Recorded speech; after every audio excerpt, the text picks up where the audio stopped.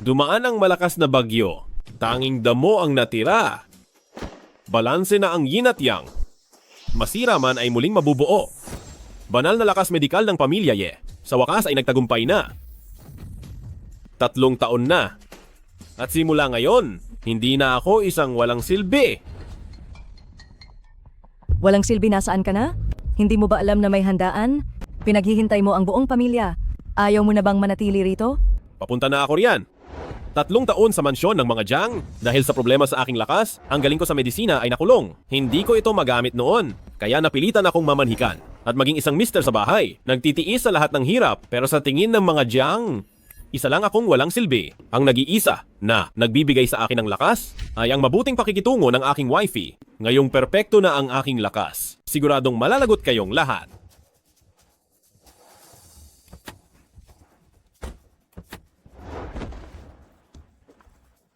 Moy, Nagkakamali kayo ng tao. Moy. Sa mga taong ito, kumusta ka na? Ang may hawak ng bansa ng Qing, 60% ng yaman, ang senyorito ng pamilya Ye. Biglang naging walang silbi, nakikitira sa iba, naging stay-in na manugang. Ano sa tingin mo? Pero kahit ganito pa man, mas mabuti na ito kaysa sa pamilya Ye. Nagkamali si Mama. Kasalanan namin sa iyo ng pamilya Ye. Sumama ka na pauwi kay Mama. May nangyari sa kapatid mo. Ikaw ang nag-iisa na tagapagmana ng pamilya Ye. Kailangan ka ng pamilya Ye. Noon paborito niyo si Yeheng. Dahil sa panunulsol niya, binaliwala niyo ang pamilya at pinalayas niyo ako sa bahay. Kung hindi lang ako sinuwerte, matagal na akong patay. Ngayon, pupunta kayo rito para sabihin sa akin na kailangan ako ng pamilya at gusto niyo akong bumalik? Nananaginip ng gising. Tabi. Moy. Ginang, may sama ng loob ang senyorito. Hindi natin ito dapat madaliin. Kailangan nating maghanda sa mahabang laban.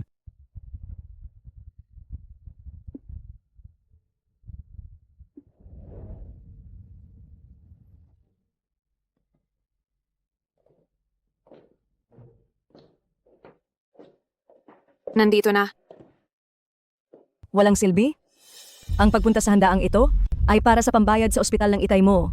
Mamaya huwag kang masyadong magsasalita. Dahil sa iyo, ay hindi tayo makahiram ng pera. Lagot ka sa akin. Mama, kumain na muna tayo.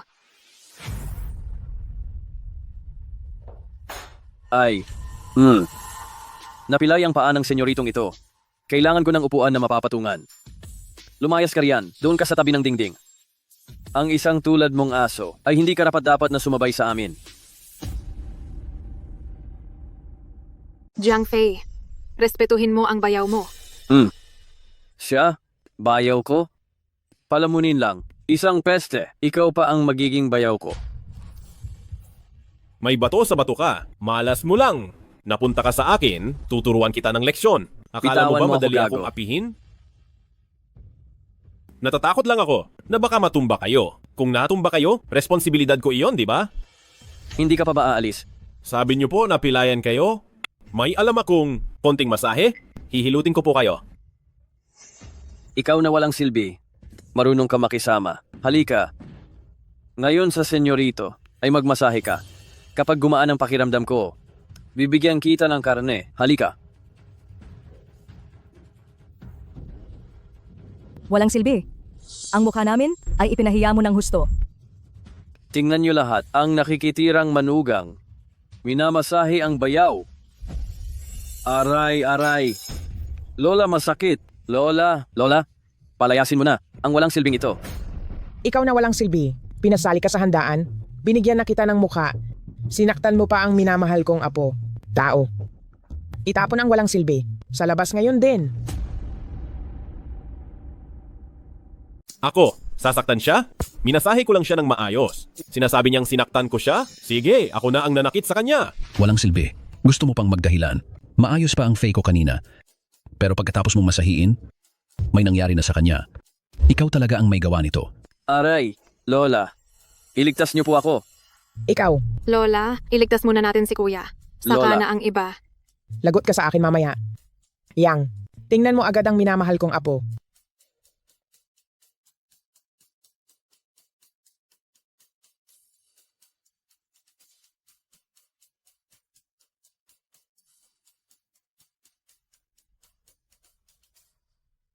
Hayop ka, Yemo. Gusto mo akong patayin. Sa tingin ko ayaw mo nang manatili sa mansyon ng mga Jiang. Mga tao, kalad ka rin siya palabas. Tingnan ko lang kung sinong mangahas. Ikaw, Kuya Yang, hindi po kayo nagsisinungaling. Sabihin niyo sa kanila, sinasaktan ko ba si Jiang Fei? Tupo? Inaatake lang ng bato sa bato si Jiang Fei at walang kinalaman si Yemo rito. Jiang Fei, humingi ka ng tawad kay Yemo. hihingi ng tawad sa isang walang silbi. Nananaginip ka. Tumigil na kayo, maupo na at kumain. Sige po, Lola.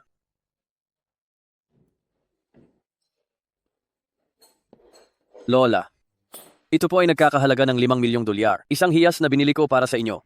Isuot niyo po ito. Pampahaba ito ng buhay. Sana ay magustuhan niyo. Minamahal kong apo. Hindi na sayang ang pagmamahal ko sa iyo.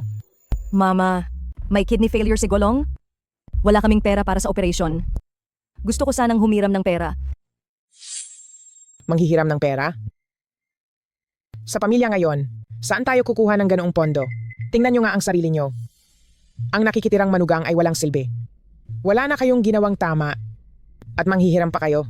Tingnan nyo ang minamahal kong apo. Gumastos ng 5 milyong dolyar para ibili ako ng hiyas. Napakabait talaga. Lola, binigyan niyo kami ng buhay. Kaming mga nakababata, dapat lang na maging mabait sa inyo. Ibinibigay mo ang para sa patay na Ikaw. sagradong hiyas kay Lola. Sa tingin ko, gusto niyang paikliin ang buhay ni Lola. Yemo, anong kalokohan ang sinasabi mo? Yemo, hayop ka. Ano bang alam mo? Lumayas ka rito. Dito sa mansyon ng mga Jiang, ayaw na kitang makita. Narinig mo ba? Umalis ka na. Lola,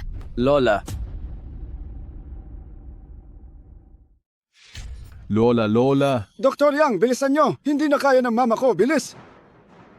Lola, gising po kayo, Lola. Lola, Kumusta po siya, Dr. Yang? Hindi ko makita. Normal naman ang lahat ng resulta ng matandang ginang. Hindi ito isang sakit. Para sa patay ang bagay na iyon, may masamang enerhiya. Kaya siya nagkaganyan. Yemo, putya, itigil mo ang kalokohan. Ano bang alam mo? Daan muna kayo. Tulungan niyo siyang bumangon. Hoy, ikaw! Ayos na. Lola, Para sa patay ang bagay na ito, inalis ko na ito, kaya mawawala na ang malas. Ang pinaka-importante ay, ginamit ko ang enerhiya ko para ayusin ang pakiramdam mo, kundi matandang ginang. Baka namatay ka na ngayon. Jiang Fei, mahal ka ni Lola. Bakit mo siya sasaktan? Lola, ito. Hindi ko po sinasadya. Ang bagay na ito ay 500 piso ko lang. Binili sa bangketa. Hindi ba 5 milyon? Hanggang ngayon, nagsisinungaling ka pa? Tama na. Kilala ko si Faye. Alam ko ang totoo. Nalinlang lang din siya. Hindi niya ito kasalanan. hindi niya kasalanan? Lola, kung hindi dahil kay Yemo, baka may masamang nangyari na. Anong mangyayari? Akala mo ba ang walang silbi na ito ang nagligtas kay Lola? Napakaswerte mo lang talaga, Lola. At saka, anong masamang enerhiya? Kalokohan lang iyon. Ikaw, Anong ako? Jiang Qingshu. Pucha, hindi pa kita sinisingil. Tapos babaligtarin mo pa ako. Tanungin kita, ang ating grupo, hindi maganda ang takbo nitong 2 taon. Pinapunta kita para makipag-usap kay Presidente Huang. Pero anong ginawa mo? Sinaktan mo pa siya. makipag-usap? Sinubukan akong bastusin ng manyakis na iyon. Kulang pa nga ang ginawa ko sa kanya. Tama ang sinabi ni Qingshu. Pucha, itigil mo ang kalokohan. Lola, sumusumpa ako sa aking dangal. Totoo ang lahat ng sinasabi ko. Sige. Sa pagkakataong ito, hindi mo na kita sisingilin. Jiang Qingshu, huwag mong isipin na dahil mabait si Lola, ay tapos na ito. Sinasabi ko sa iyo, hindi pa tayo tapos. Simula ngayong araw, kakaltasan ang iyong sahod ng 1 taon. Lumayas kayong buong pamilya. Hindi naman talaga kasalanan ni Qingshu ito. Ikaw na walang silbi. Wala kang karapatang magsalita rito. Layas na. Gusto mo bang tawagin ko pa ang gwardiya para palayasin kayo? Gwardiya. Sino ba itong napakalakas ng loob? Tito Chen, Yemo. Ikaw na lalaki ka. Kilala mo rin ba ang walang silbi na ito? Mukhang isa ka ring walang silbi. Handaan ito ng mansyon ng mga Jiang. Kung alam mo ang mabuti para sa'yo, umalis ka na rito agad. Pinapaalis mo ako? Pasensya na Presidente Chen, nahuli ako ng dating. Alam niyo ba kung sino si Presidente Chen? Isa siyang tao mula sa pamilya yan ng Zhongzhou. Kayong mga taga-mansyon ng mga Jiang, kung ayaw ninyong malugi, ay bilisan nyo. Humingi kayo ng tawad kay Presidente Chen. Lumabas kayo ng silid na ito at pagkatapos ay lumayas na kayo. Paanong naging galing ka sa bansa ng Qing na may 60% ng yaman ng pamilya yan? Ang walang silbi na ito. Paano niya nakilala ang ganitong klaseng malaking tao? Presidente Chen, pasensya na po sa abala. Ako na ang para sa aking apo. Nahihingi ng paumanhin sa inyo. Patawad po. Aalis na kami ngayon din. Lola, hindi nyo kailangang umalis. Ipapakilala ko lang sa inyo. Ang taong ito ay ang kapitbahay ko noong bata pa ako, si Tito Chen. Tito Chen, dahil nagkita na rin naman tayo, sabay-sabay na tayong kumain dito. Senyorito, ayaw niyang ako ay, sa harap ng mga tao ng mansyon ng mga Jiang, magbunyag ng kanyang tunay na pagkatao. Ikaw na walang silbi. Sino ka sa akala mo? Kapitbahay mo lang siya. Sa tingin mo ba ay bibigyan kanya ng mukha? Maupo na ang lahat at kumain. Sandali lang, Tito Chen. Jiang Fei, lumayas na kayong buong pamilya. Kapag nakikita ko kayo, nawawalan ako ng ganang kumain. Ikaw na walang silbi, matapang ka lang dahil sa amo mo. Para palayasin kaming buong pamilya. Gusto mo bang mamatay? Ang lakas ng loob mong bastusin ang pamangkin ko? Gusto mo bang mamatay? Ikaw. Yemo. Akala mo ba dahil may astig kang kapitbahay, ay yumayabang ka na? Huwag mong kalimutan, isa ka lang sa mansyon ng mga Jiang na nakikitirang manugang. At siya, kapitbahay mo lang siya. Tao, paalisin ang buong pamilya nila. Dito ngayon din. Labas na po. Yemo ang nangyari ngayong araw. Ay tandaan mo. Nakakahiya na masyado. Tara na. Lola, Tito Chen, maupo ka? May gagawin pa ako? Mauuna na ako. Sige po, mag-iingat kayo. Yemo, dahil sa kapitbahay mong tito, pinalayas mo ang pamilya ni Faye. Hindi na kita papatulan. Pero dapat mong gawing partner. Si Presidente Chen, kung hindi, ang pamilya nyo ay lalayas sa mansyon ng mga Jiang. Sige. Walang silbi? Gusto mo ba kaming mapahamak? Yemo, alam mo ba ang sinasabi mo? Maniwala ka sa akin. Maniwala sa'yo?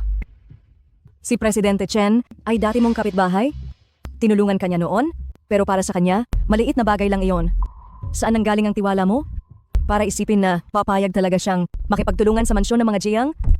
Yemo, binigo mo talaga ako ng husto. Magtiwala ka sa akin sa pagkakataong ito. Magtiwala sa'yo? Dahil napakalakas ng loob mo? Kung gayon, humiram ka kay Presidente Chen ng $800,000 para sa operasyon ng itay mo? Kapag nakahiram ka, saka lang kami maniniwala sa'yo. Mama, ang sakit ni Itay. Bigyan mo ako ng 1 buwan. Siguradong mapapagaling ko siya. Hindi na kailangan ng operasyon. Walang silbi? Nalaman din ng totoo? Bakit ka pa nagpapanggap na pakitang tao? Sinasabi ko sa iyo, kapag may nangyaring masama sa itay mo at pinalayas ang pamilya natin sa mansyon ng mga Jiang, hindi kita mapapatawad kailanman. Tara na.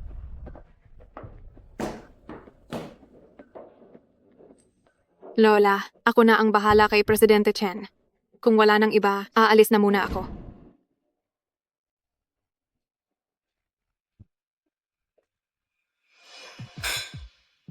Lola Jiang, tila sa hinaharap ang mansyon ng mga Jiang ay hindi na magiging tahimik. Kayo po ay dapat mag-ingat sa inyong kalusugan.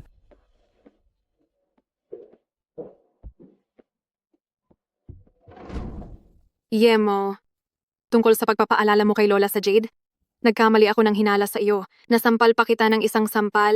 Patawad. Maaari mo na itong ibalik sa akin. Nag-aalala ka rin ba? Natatakot ka bang pahirapan ako ni Lola? Sinong nag-aalala sa iyo? Masyado kang assuming. Nga pala, tungkol kay Presidente Chen, ako na ang bahala. Pagkatapos nito, kung ang sakit ni Itay ay hindi gumaling, huwag kang mag-alala. Hindi kita idadamay. Makikipagdiborsyo ako sa iyo. Ching Shui, hindi tayo magdidiborsyo. Maghintay lang sa sakit ni Itay. Pagkalipas ng 1 buwan, kapag matatag na ang aking antas ng ki, mapapagaling ko na si Itay. Shue, kumain na ng almusal. Mama, hindi muna ako kakain. May nangyaring problema. Pupunta muna ako sa ospital. Ching Shui, anong nangyari? Ikaw na walang silbi? Bakit ka nakikialam? Isipin mo na lang muna kung paano kay Presidente Chen makikipag-usap sa negosyo. Ang pamilya natin, kapag napaalis sa mansyon ng mga Jiang, malilintikan ka sa akin. Sasama ako sa iyo. Anong gagawin niya roon? Kumain muna tayo.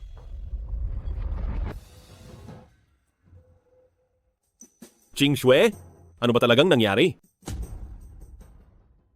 Noong nakaraang 2 araw, inirekomenda ko ang bagong gawang mga suplemento ng ating grupo kay Presidente Lee ng grupong Lee. Hindi ko inaasahan na pagkakain niya nito ay bigla siyang nakoma sa ospital. Sabi ng doktor, dahil daw iyon sa mga suplemento. Kapag ang bagay na ito ay hindi naayos ng tama, ang ating grupo ay malalagay sa malaking gulo. Nagkaproblema ba ang tao dahil sa mga suplemento? Hindi maaari. Ang ginawa ninyong mga suplemento ay sinubaybayan ko. Wala itong anumang masamang sangkap sa katawan.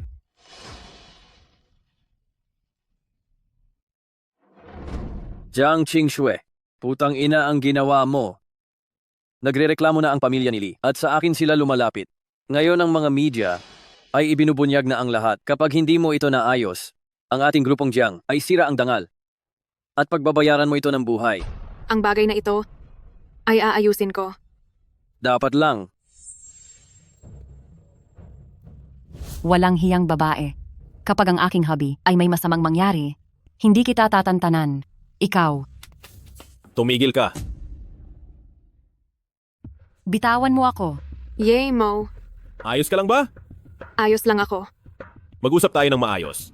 Kapag naglakas loob ka pang hawakan ng aking wifey, huwag mo akong sisihin. Kayo lang? Sinabi sa akin ng doktor na ang aking hubby ay uminom ng mga suplemento ng inyong grupong Jiang. Ngayong araw, kung hindi nyo ako bibigyan ng maayos na sagot, hindi ko kayo tatantanan. Doktor, kumusta ang lagay ni Ginoong Lee? Hindi maganda ang lagay niya, pero sigurado kami ng 100% na ang sanhi ng sakit ay dahil sa mga suplemento.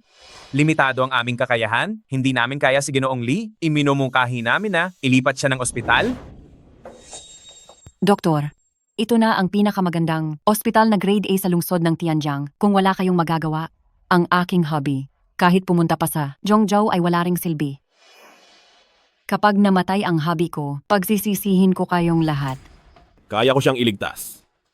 Doktor ka ba? Doktor ka ba? Hindi. Hindi ka doktor? Paano mo siya ililigtas?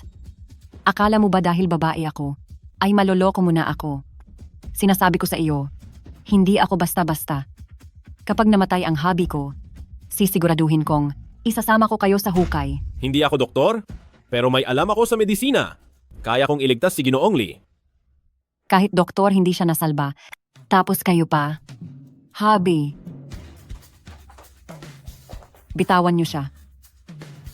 Hubby, wala ka nangang pag-asa. Guguluhin ka pa nila. Hindi pa tayo tapos. Kapag nagwala ka pa, tuluyan nang mawawala ang hubby mo. Yay, Mo. Huwag ka nang manggulo. Bitawan mo siya. Ginoo, kapag nagpatuloy ka pa, tatawag na ako ng pulis. Bitawan niyo ang hubby ko. Anong ginagawa mo? Bitawan mo siya. Ang pasyente ay hindi na kakayanin ang ginagawa mo. Yemo, tumigil ka na. Hubby. Lumayo kayo. Eto na, ayan. Doktor, tingnan niyo po ang hubby ko.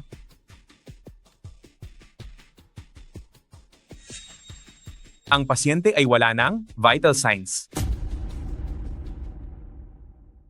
Pinatay mo ang hubby ko. Pagsisihan mo ito. Mabubulok kayo sa kulungan ng wifey mo. Sisirain ko ang grupong Jiang nyo. Yay, Mo. Pinigo mo ako ng husto. Tumawag na ng pulis.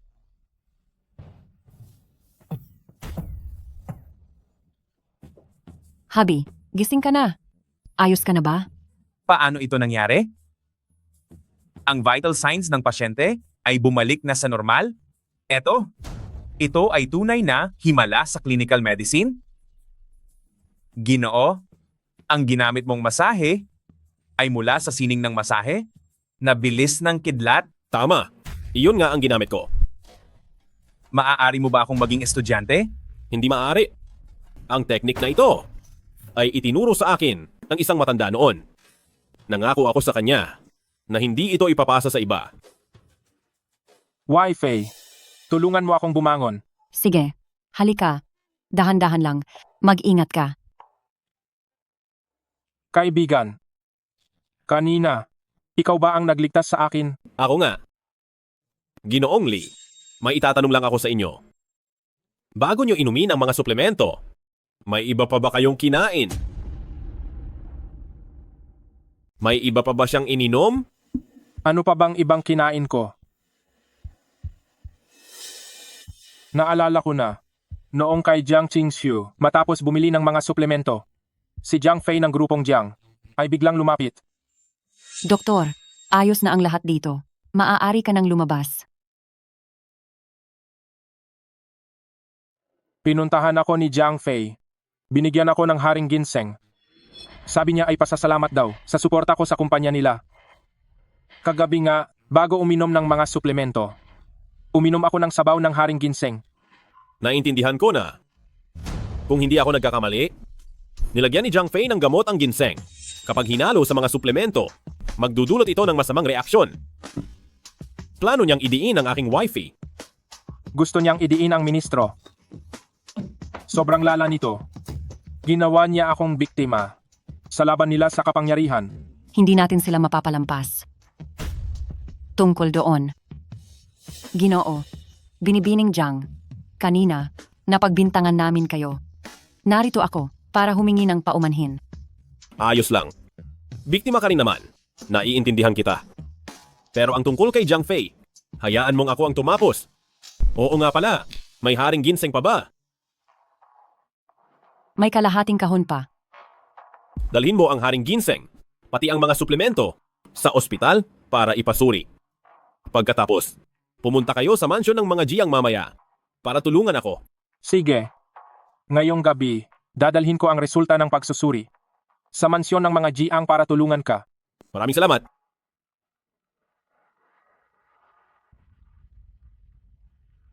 Tumatawag si Jiang Fei.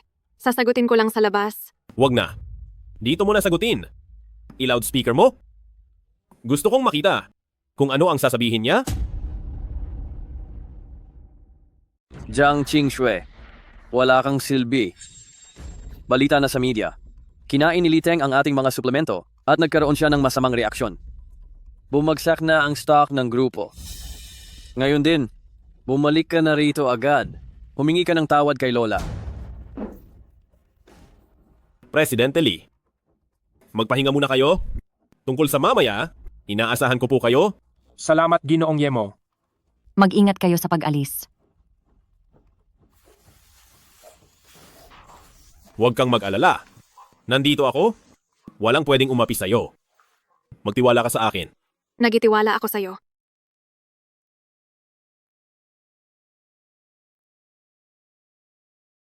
Nga pala, Yemo, kailan mo natutunan ang medisina?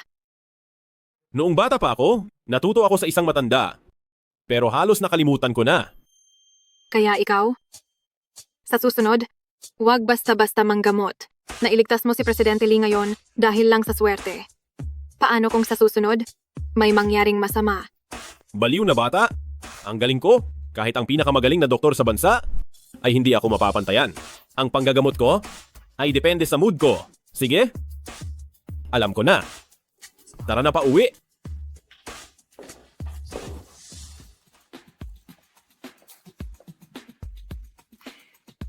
Ang nangyaring ito? Siguradong pakana ng gunggong na si Jiang Fei para bitagin si Xue. Ikaw na walang silbi? Kung may silbi ka lang sana, hindi sana magdurusa si Xue ng ganito kalaki. Mama, ayos na ang lahat. Salamat kay Yemo ngayon. Hindi ako papagalitan ni Lola. Anak, hindi mo lang ba kami naaliw? Kung ang walang silbi na ito ay may pakinabang, ang araw ay sisikat sa kanluran. Mama, wag na po kayong magsalita. Magagalit na po ako. Naku, alis na alis.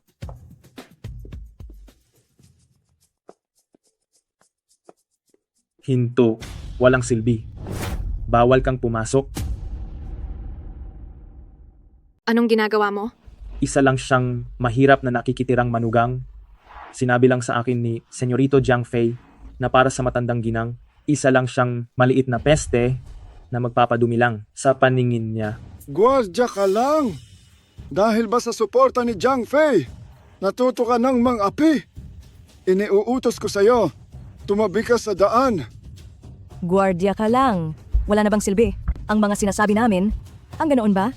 Masaya kang maging aso ni Jiang Fei, di ba? Binibining Jiang, mag-ingat ka sa iyong pananalita. Itinuturing akong kapatid ni Jiang Fei. Ang pagsasabi mo niyan sa akin ay parang sinasabi mo na rin sa kanya. Kapag nalaman niya ito, magagalit siya. Huminto ka. Kapag humakbang ka pa, humanda ka sa akin. Sige, gawin mo. Subukan mong gumalaw. Ikaw na walang silbi, nagawa mo akong saktan. Ngayong papasok na ako, may reklamo ka pa ba? Hindi. Akala ko ba, matigas ang loob mo? Heto ang payo ko sa iyo. Kilalanin mo ang amo mo. Baka mamatay ka nang walang maglilibing sa iyo. Alis. Paano mo nagawang saktan siya ng ganyan? Isa kang walang silbi. Ngayon, ang matandang ginang ay galit na sa atin? Naku, isa kang malas sa amin. Isang salot ka talaga. Ang buong pamilya natin ay mapapahamak dahil sa iyo? Mama, tama na po. Pumasok na tayo sa loob. Ano na ang gagawin natin? Hintayin siyang bumalik. Magpaliwanag siya sa atin.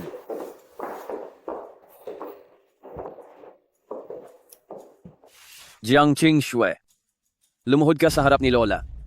Alam mo ba kung gaano kalaki ang epekto nito sa ating grupo? Ang grupo ay nalugi ng ilang daang milyong dolyar. Bumagsak ang stocks natin, umalis ang mga kasosyo. Ang lahat ng ito ay dahil sa iyo, cheap woman. Ako, Huwag mong hawakan si Ching Shue. Gusto mo bang mawalan ng kamay? Ha?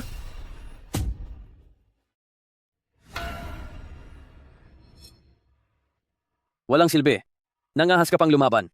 Ching Shue, bigyan mo ako ng maayos na paliwanag. Jiang Qingxue, magpaliwanag ka. Bakit hindi ka makapagsalita? Mula nang ilunsad ang produkto natin, maayos naman ang lahat. Pero bakit? Noong ibenta mo kay Presidente Lee, ay nagkaproblema? Dahil ba, paborito ako ni Lola, kaya nagtatanim ka ng galit. Gusto mo ba akong idiin? Hay naku, sinasabi ko sa iyo, Jiang Qingxue. Naging mabuti si Lola sa pamilya nyo. Nang sobra, paano mo nagawa ang ganitong bagay? Jiang Qingxue, sa tingin ko, ikaw ang aming makasalanan sa mansyon ng mga Jiang. Dapat mo itong pagbayaran ng buhay. Sa tingin ko, ang dapat magbayaran ng buhay ay ang hayop na tulad mo. Bibigyan kita ng pagkakataon. Sabihin mo ang totoo. Huwag kang magmatigas hanggang huli. Sira na ba ang ulo mo? Ikaw na walang silbi. Nagkaroon ng grupo ng ganitong kalaking gulo. Kasalanan ito lahat ni Jiang Qingxue. Anong kinalaman ko rito? Gusto mo akong pagbintangan para pagdudahan ako ni Lola? Ang galing mo ring magplano ah. Ikaw, Jiang Fei! Yemo, tumahimik ka. Pinapirma kita ng kontrata kay Presidente Chen. Hanggang ngayon hindi pa tapos ah. Anong karapatan mong magsalita? Ang minamahal kong apo ay pinalaki ko. Pagdudahan ko siya? Manigas ka. Salamat sa tiwala, Lola. Jiang Qingxue, kapag ang pamilya nyo ngayon ay hindi nagpaliwanag kay Lola, lumayas kayo sa mansyon ng mga Jiang. Jiang Fei, binigyan na kita ng pagkakataon.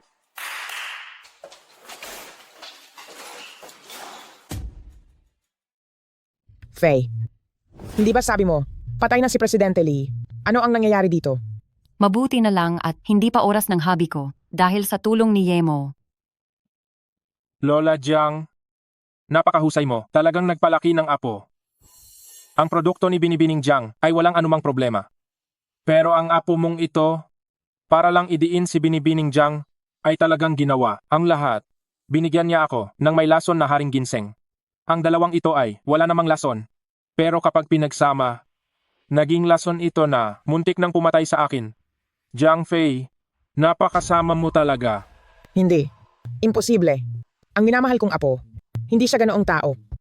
Li Teng, naninira ka lang. Paninirang puri iyan. Ididemanda kita. Ikaw na walang silbi. Siguradong sinuhulan mo si Li Teng. Gusto mong ubusin ang yaman ng mga Jiang. Napakasama mo. Ikaw na walang silbi.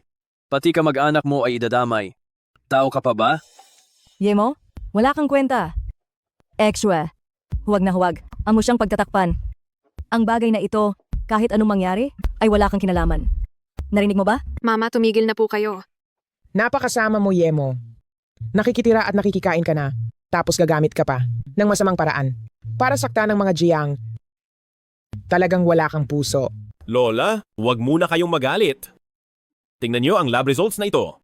Hindi ito pwedeng pekin. Sa harap ng matibay na ebidensya, ano pang masasabi niyo? Ang lab results na ito, hindi ito pwedeng makita ni Lola. Kung hindi, patay na ako ngayon. Walang silbi. Gumawa ka ng peking lab results para lokohin si Lola. Talagang kalokohan ito. Alis? Lola? Narito na ang lahat ng ebidensya. Kung may duda pa po kayo, hayaan nating ang pulis ang mag-imbestiga. Pero sa oras na iyon, mag-iiba na ang sitwasyon. Maaaring si Jiang Fei ay mabubulok sa kulungan. Presidente Lee, bata lang siya at hindi nag-iisip. Sana po ay inyong... Kung sapat na ang sorry, para saan pa ang batas? Lola Jiang, ang nangyaring ito ngayon, kung hindi nyo ako bibigyan ng kasiyasiyang sagot, pababagsakin ko ang buong mansyon ng mga Jiang at pagbabayarin kayo ng mahal. Lola, ikaw. Presidente Lee, ang bagay na ito ay kasalanan ng mansyon ng mga Jiang. Magbabayad ako ng 5 milyong dolyar. Ang gulo na ito ay tapusin na natin, maaari ba? Tagapagligtas, ano po ang tingin nyo rito? Presidente Lee, bakit mo tinatanong ang walang silbi na iyan? Ito ay sa pagitan ng mansyon ng mga Jiang at sa inyo, wala siyang kinalaman dito. Tumahimik ka. Pamilya tayong lahat. Mag-isip ka bago magsalita. Ikaw na walang silbi, kung papahiyain mo si Lola, ngayong araw, palalayasin ko si Jiang Qingshu sa mansyon ng mga Jiang. Kung ang bagay na ito ay ginawa ni Ching Xue, ano ang gagawin niyo sa kanya? Hanggang ngayon, nananakot ka pa rin. Alam kong paborito ka ni Lola, pero sa tingin mo ba ay may paki ako? Tanggalin agad si Jiang Fei bilang ministro ng negosyo at sa loob ng 1 buwan ay hindi siya pwedeng makialam sa lahat ng gawain sa grupo. At isa pa, lumuhod ka at humingi ng tawad kay Ching Xue. Imposible. Hindi maaari. Sige, kung ganoon, ipapaubaya na lang sa mga pulis ito. Gawin mo ang sinabi ni Yemo.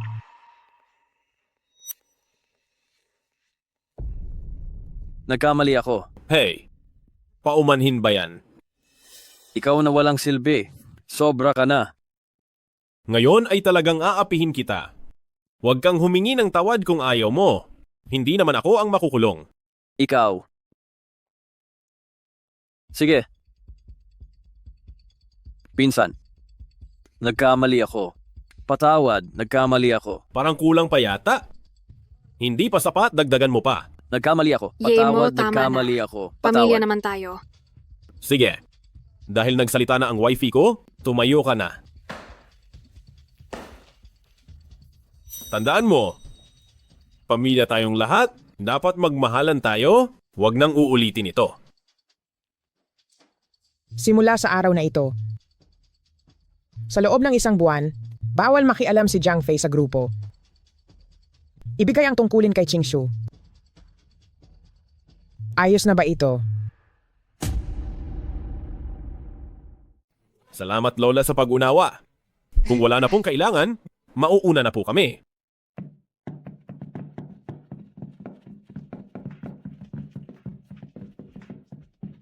Lola.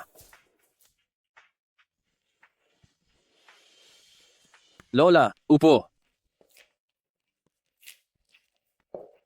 Ang walang silbing iyan. Humanda ka sa akin. Salbahe, lumuhod ka sa harap ko. Lola, mali po ako. Ang dahilan kaya ko ginawa ay para sa pamilya Jiang.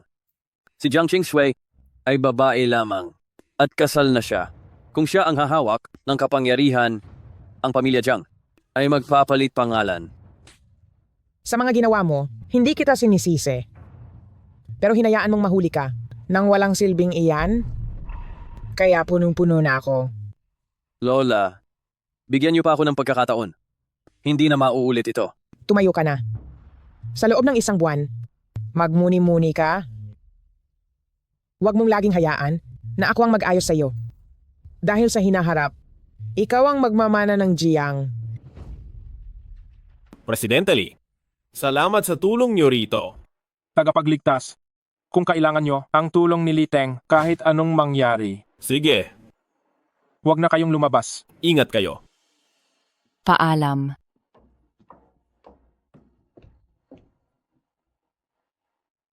Kaya naman pala, handa na kayo rito. Xue, Bakit hindi mo agad sinabi sa amin ng itay mo? Naku, kung hindi malakas ang puso namin, baka namatay na kami sa takot. Sinabi ko na sa inyo na handa si Yemo. Ayaw niyo lang maniwala. Ano bang magagawa ng walang silbi? Ang anak ko ang matalino. Sige na, tama na yan.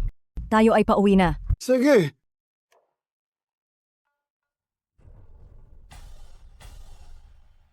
Presidente Huang, salamat sa order na ito.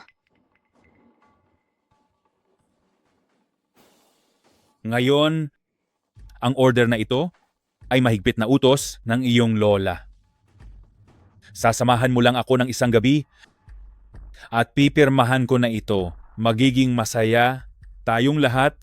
Ano sa tingin mo? Presidente Huang, para lang sa order ay ibebenta ko ang sarili ko. Hindi ganoong tao, si Jiang Qingshui.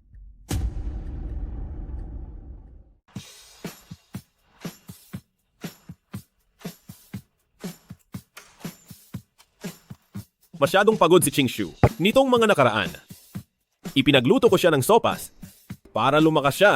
Wala kang mapagpipilian. Sumunod ka na lang sa akin.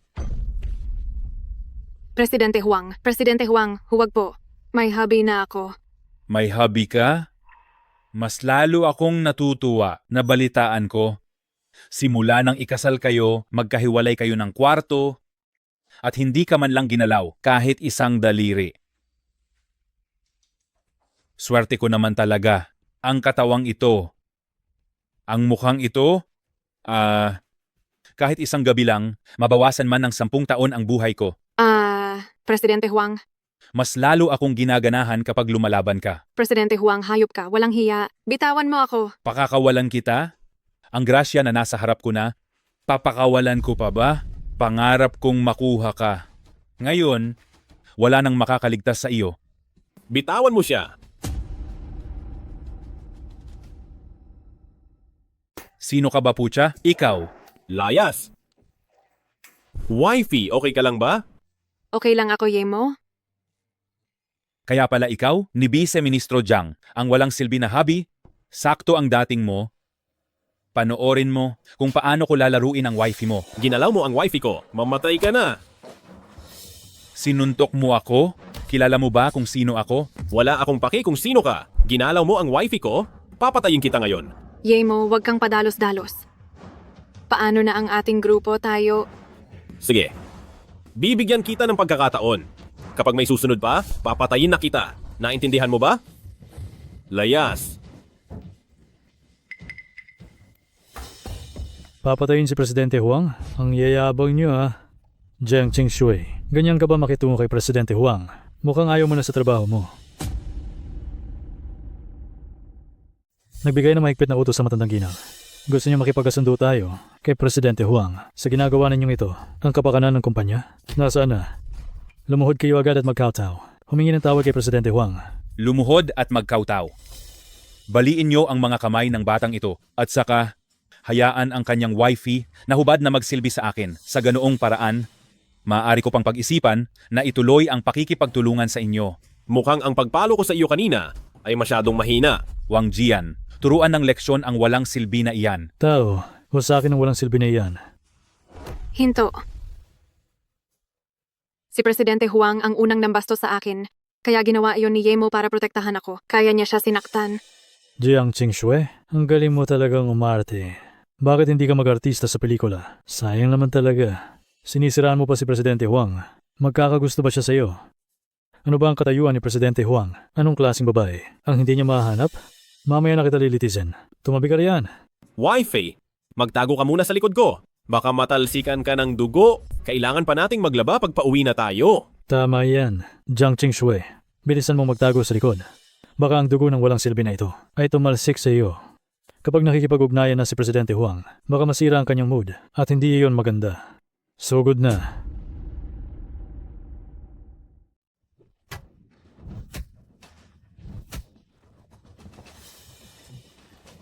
Ikaw, naglakas loob kang lumaban? Ikaw na walang silbing nakikitirang manugang. Gusto mo na yata mamatay. Hindi mo pa ba alam ang sitwasyon? Hindi ba't ikaw ang nagutos na huwag lumapit sa silid tanggapan? Ako nga. Tapos ano? Kapag nagalit si Presidente Huang, hindi pa lalampasin ang matandang ginang, si Jiang Qingshui. Pati ikaw ay tapos na. Hindi mo na kailangang mag-alala rito. Yemo, huwag kang pumatay. Sa susunod na mangyari ito, papatayin na kita. Yemo, Jiang Qingxue, humanda kayo sa akin. Layas kayong lahat. Yemo. Tungkol sa nangyari? Kay Lola, ako na ang bahala. Tungkol naman kay Huang Yang, tiyak na gagantihan ka niya. Kaya huwag kang aalis kahit saan. Hindi mo kailangang harapin si Lola. Ako na ang lulutas nito. At saka, ang kaligtasan ko, huwag mo nang alalahanin. Wala siyang magagawa sa akin. Yemo, seryoso ako sa sinasabi ko.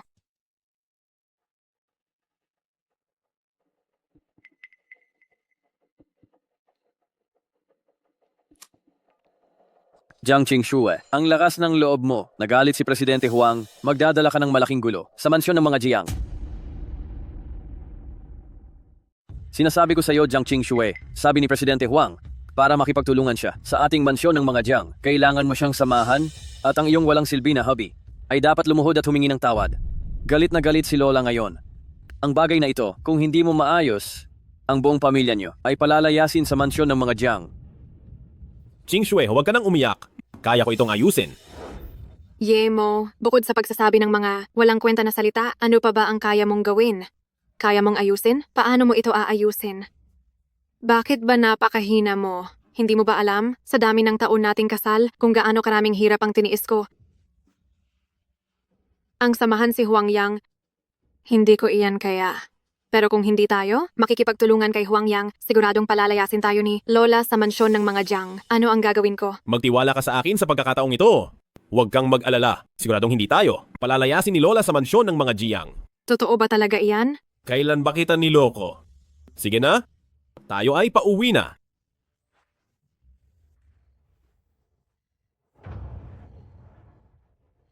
Huminahon ka muna.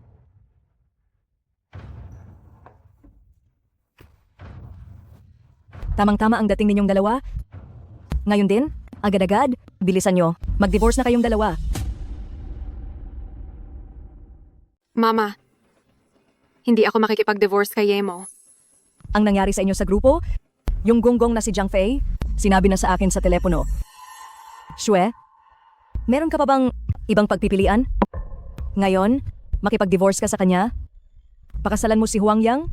At ang sitwasyong ito ay may pag-asa pang maayos. Kaya kong protektahan si Qingxue. Mama, magtiwala ka sa akin. Ikaw na walang silbi. Anong gagamitin mo para protektahan si Shue? Ang mga kapitbahay mo ba? Sino ka ba sa akala mo? Protektahan daw si Shue? Ilang taon na? Maraming tiniis si Shue? Kailan mo ba siya naprotektahan? Sa pagkakataong ito, pakiusap magtiwala kayo. Protektahan ko si Qingxue. Kung hindi ko siya maprotektahan, makikipag-divorce ako sa kanya. Yemo, Shue, magtiwala ka. Basta matapos ang kondisyon na hiningi ni Lola, hindi na problema si Huang Yang. Pupuntahan ko si Tito Chen. Akala niya ay tunay siyang anak nila. Bakit naman nila ibibigay ang kontrata sa kanya? Maghintay siyang bumalik at makipag-divorce kay Shue.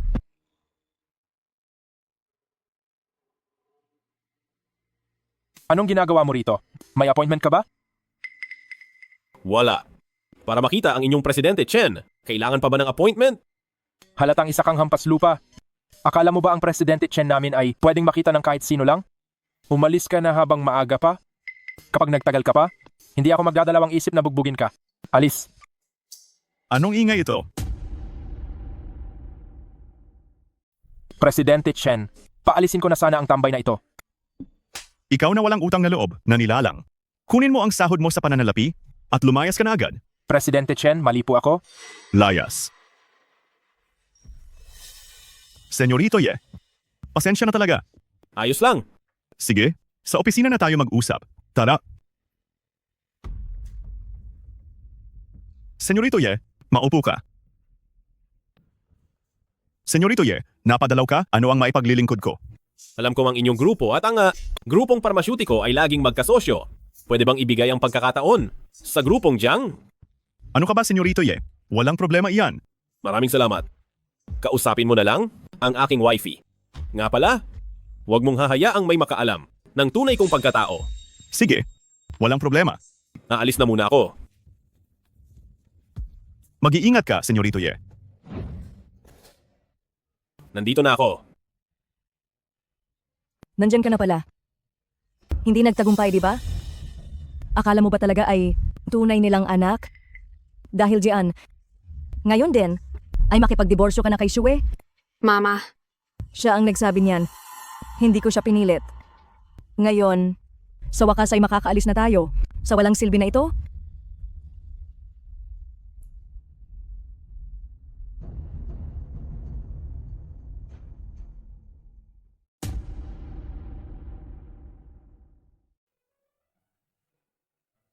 yay mo. Paano mo nagawa yon? Pumayag ba talaga si Presidente Chen na makipagtulungan sa atin? Sinabihan niya akong pumunta na para pumirma ng kontrata. Ano? Si Presidente Chen ba ang tumawag? Paano naman mangyayari yon? Kapitbahay lang naman siya? O baka naman? Anak talaga siya? Nagulat din ako na pumayag si Presidente Chen. Mama, nagawa ko. Tsamba lang yan. Akala mo naman kung sino ka? Mama, tumigil ka na. Kung hindi dahil kay Yemo, hindi ko makukuha ang deal kay Presidente Chen. Yemo, salamat. Wala yon, pamilya tayo. Si Anga pala? Hindi ba't pinapapunta ka para pumirma ng kontrata? Sasamahan kita. Mama, sige, aalis na kami. Sige na. Tsamba lang talaga ang walang silbi na to. Kahit ano paman, si Shue ay ligtas na sa manyakis na yon. Mabuti na rin yon.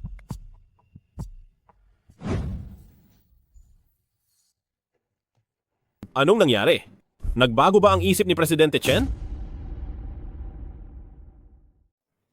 Pirma na ang kontrata, pero ang tubo na binigay ay masyadong mataas. 30% na tubo, 50 milyon ang order.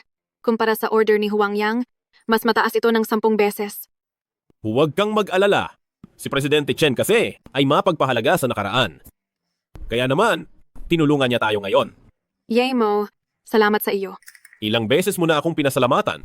Mag-asawa naman tayo?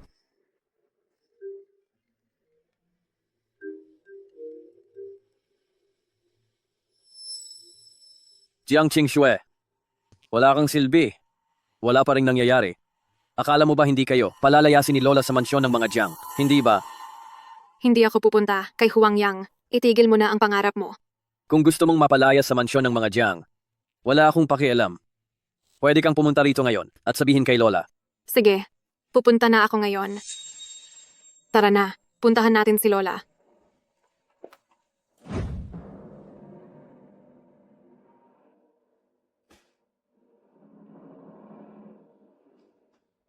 Jiang Qingxue, wala kang silbi. Ang tapang mo na ha? Naglakas loob kang sumuway kay Lola. Lumuhod ka sa harap ni Lola. Lumuhod. Ngayon si Ching Shue ang pinakamalaking bayani ng pamilya Jiang. Si Jiang Qingxue ang bayani ng pamilya Jiang? Dahil sa kanya naputol ang pakikipagtulungan ko kay Presidente Huang. Isa siyang makasalanan. Anong bayani? Walang silbi. Nagawa mo pang sabihin yan. Ching Shue, ang kontrata. Ching Shu, ang kontrata.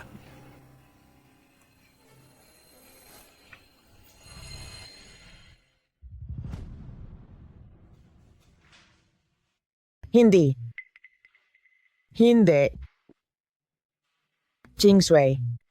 Ito ay totoo.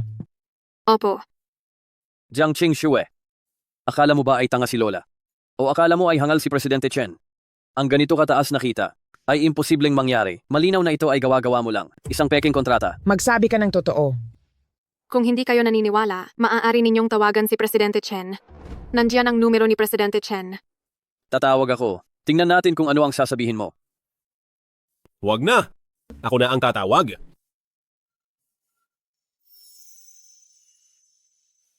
Hello, Tito Chen.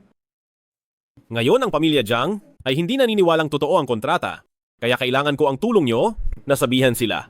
Matandang ginang, ayaw nyo na bang makipag-ugnayan sa grupong Chen? Kung ganoon, ay wala na tayong dapat pag-usapan. Hindi. Presidente Chen, hindi iyon ang ibig naming sabihin. Lola? Nakuha na ni Ching Xue ang kontrata kay Presidente Chen. Kaya siya ay bayani na ng pamilya Jiang, di ba? Bayani? Hindi ba? Ito naman talaga ang dapat niyang gawin. Sa mga usapin ng grupo, may karapatan ka bang magsalita? Nakalimutan mo na ba ang sinabi ni Lola? Sa loob ng isang buwan, hindi ka maaaring makialam sa lahat ng gawain ng grupo. Ikaw, Fei, tumahimik ka. Ching Xue, sa pagkakataong ito ay ikaw ang bayani? Anong gusto mong gantimpala? Lola, Lola, hindi ko na po kailangan. Lola? Si Ching Xue ay vice-ministro na ng Departamento ng Negosyo. Sa tingin ko, maaari na siyang itaas bilang ministro ng negosyo. nananaginip kayo ng gising. Sige. Ipopromote ko si Ching Xue bilang ministro ng negosyo. Lola, Ching Xue, galingan mo. Maganda ang ginawa mo. Pagod na rin kayo. Umuwi na kayo at magpahinga. Salamat po, Lola. Kung ganoon, uuwi na po kami.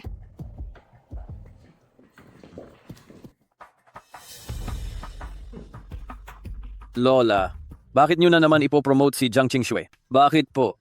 Ano naman kung ipromote siya, kahit gaano pa siya kagaling, sa pakikipagtulungan kay Presidente Chen? Kapag nagkamali siya, may kalalagyan siya. Sa bagay,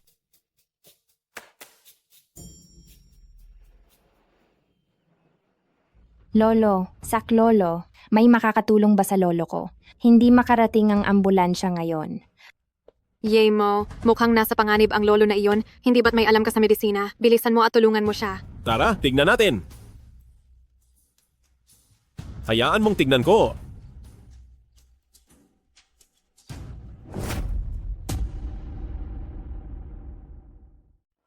Sino ka? Doktor ka ba? Hindi ako. Xue, anong ginagawa mo rito? Hindi ba't nasa ibang bansa ka? Ching Xue, hindi ko akalaing magkikita tayo rito. Balita ko nagpakasal ka sa walang silbi na hubby. Hindi ba't sinasayang mo lang ang sarili mo? Hindi kita makalimutan. Kaya bumalik ako. Xue, may asawa na ako. At kasama ko ang hubby ko rito. Pakiusap, ayusin mo ang pananalita mo. Ito ba ang walang silbi mong hubby? Hindi naman doktor pero naglalakas loob. Pinaglalaruan mo lang ang buhay ng pasyente, di ba? Kaya ko siyang iligtas. Kaya mo? Sige, sabihin mo sa akin. Anong problema niya? May problema ang puso niya. Hindi na siya magtatagal. Kung ang habol mo lang ay magpasikat sa wifi ko, wala akong oras makipaglaro sa iyo. Magpasikat? Isa akong galing sa ospital na grade A, na eksperto sa unang antas. Kailangan ko pa bang magpasikat? Sa tingin ko, kinulang lang siya sa oxygen. Ibalik ang tibok ng puso lang. Magigising na siya. Nakakatawa. Xue, nabalitaan kong kumuha ka ng kursong clinical medicine. Baka naman pwede mong tulungan ang matanda. Sige, ako na ang bahala rito. Tumayo ka.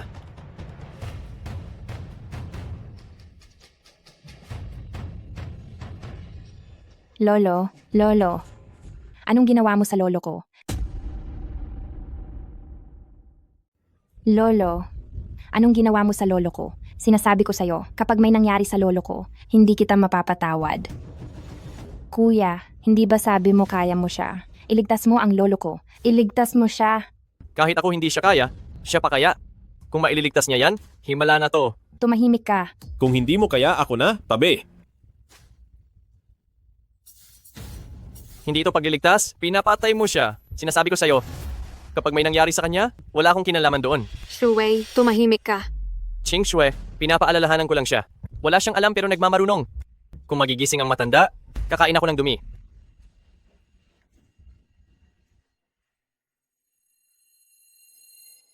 Ano bang nangyari sa akin? Lolo, salamat sa Diyos. Halika, bangon ka. Kuya, salamat sa'yo. Ang pamilya Kin ay tiyak na. Gagantimpalaan ka. Ikaw ay himalang manggagamot. Maliit na bagay lang. Oo nga pala. Ang lolo mo ngayon ay ayos na. Pero kailangan pumunta sa ospital para sa gamutan. Sige. Tatawag na ako ng ambulansya. Ayos na ang matanda ngayon. Gusto mo bang ihanap kita ng banyo? Para mabusog ka. Lahat ng ito ay dahil sa akin. Ang ginawang gamutan kanina. Ang isinukan ng matanda ay namuong dugo. Total naman, Ako ay isang eksperto sa unang antas. Eksperto sa unang antas? Wala kang kwenta. Eksperto sa unang antas. Muntik mo nang mapatay ang lolo ko. Mas mabuti pang magbuhat ka sa site ng construction. Ayos na ang lolo mo. Mauna na kami. Sandali lang kuya. Ganito po iyon. Naging abala ako sa pagdala kay lolo sa ospital. Wala akong oras para pasalamatan kayo. Ito ay isang gold card. Sa lahat ng mga 5-star hotel ay maaari itong gamitin kahit kailan. Hindi ko alam kung ano ang pangalan ninyo. Gusto ko kayong pasalamatan sa hinaharap. Ako si Lei Feng. Tatanggapin ko ang card. Hindi na kailangan ng pasasalamat.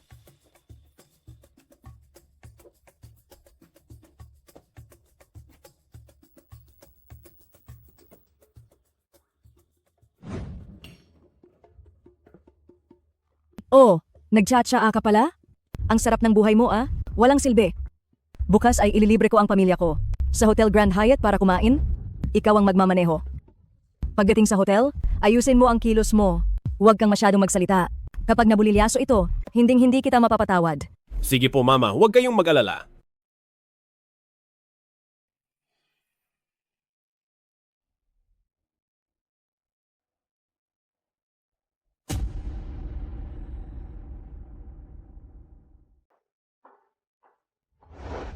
Sir, ma'am, itatanong ko lang, mayroon po ba kayong reservation? Wala po. Pasensya na po. Sa aming hotel, kung wala po kayong reservation, maaari lang po kayong kumain sa lamesa sa lobby. Ate, ililibre mo ako, pero kahit private room wala? Minamaliit mo ba ang sarili mong pamilya? O baka naman, wala ka lang talagang pera? Kung hindi mo pala kaya, bakit mo pa ako tinawag? Nakakainis talaga. Nakalimutan ko lang sa sobrang busy. Nakalimutan, ate? Alam ko naman ang sitwasyon ng pamilya mo. May sakit si kuya, kailangan ng pera, at si Ching Shue sa isang buwan, yung mga 1,000 piso. Ano bang magagawa niyon? Kung hindi mo naman kaya, huwag ka nang magpanggap.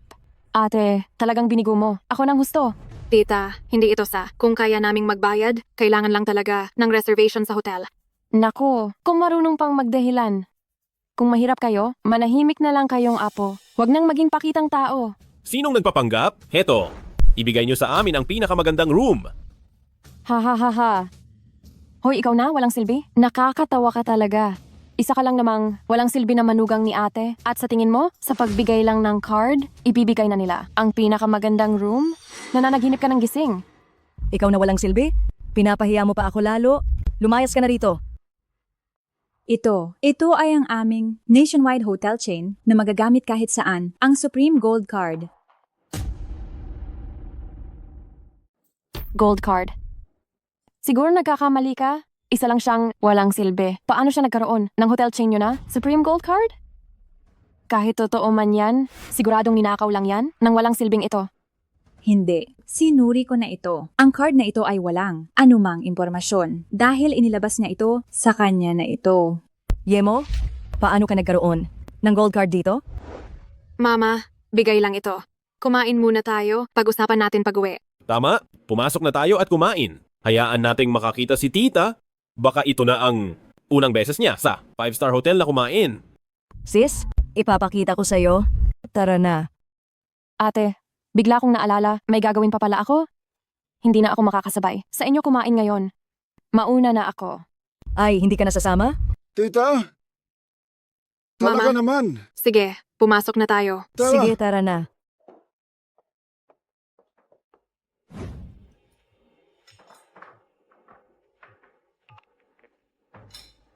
Hello?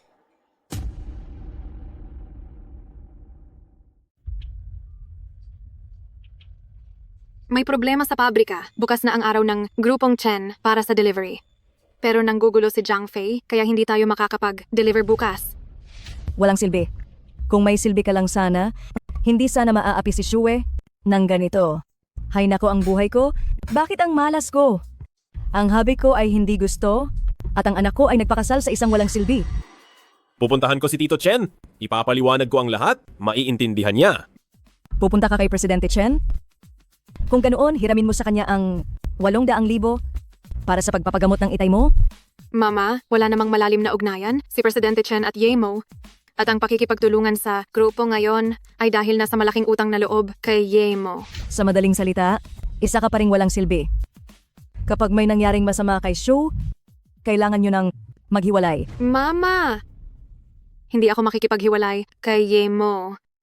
Magtiwala ka sa akin? Aayusin ko ang lahat. Aayusin? Paano mo aayusin? Akala mo ba talaga ay tunay kanyang anak? Hello, Tito Chen? Nasaan po kayo? Nandito rin po ako. Sige po, may kailangan lang po akong sabihin sa inyo. Pupunta po kayo rito? Sige po, hihintayin ko kayo rito. Opo. Parang totoo ah. Sino ba si Presidente Chen? At sino ka lang? Pupunta ba talaga siya rito? Wifey, nandito lang si Presidente Chen. Hintayin natin siya. Ipaalam mo sa kanya. Ang lahat, maiintindihan niya.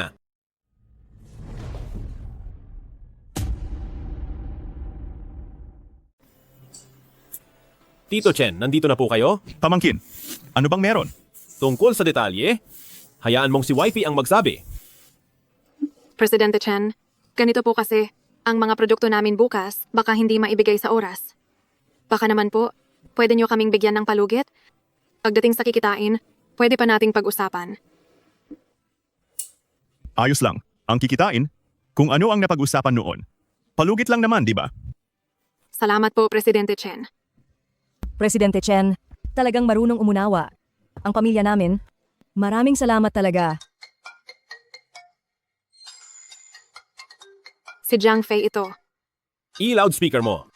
Nandito rin si Presidente Chen. Makinig tayong lahat. Jiang Qingxue, wala kang silbi. Bukas na ang delivery sa grupong Chen, pero kulang pa ng 1 sa 10. Gusto mo ba kaming mapahamak sa mansyon ng mga Jiang? Jiang Fei, ikaw ang nag-utos sa mga tao mo na bagalan ng trabaho, tapos ako pa ang sisisihin mo? Jiang Qingxue, sasabihin ko sa'yo, kahit ako pa, anong magagawa mo? Ha? Sa totoo lang, sabi ni Lola, simula ngayong araw, ang proyekto ng grupong Chen, ako na ang mamamahala. Pucha, lumayas ka na. Palayasin si Jiang Qingxue sa grupong Jiang. Sinasabi ko sa'yo, sa proyektong ito, si Jiang Qingxue lang ang kilala namin. Kapag pinalitan siya, ititigil na namin ang pagtutulungan.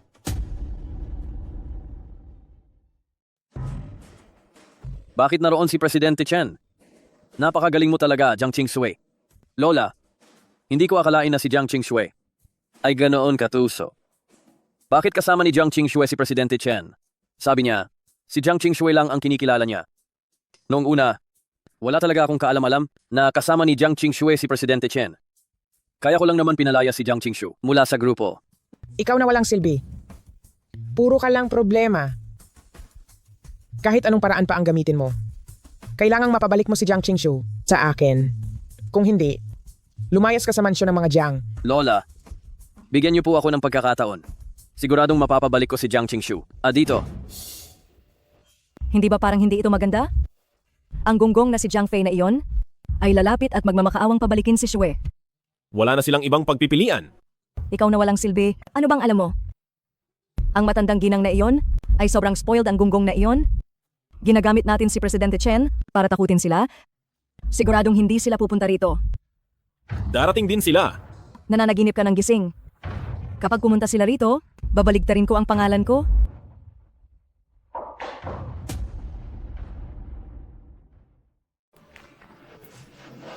Ako na ang magbubukas.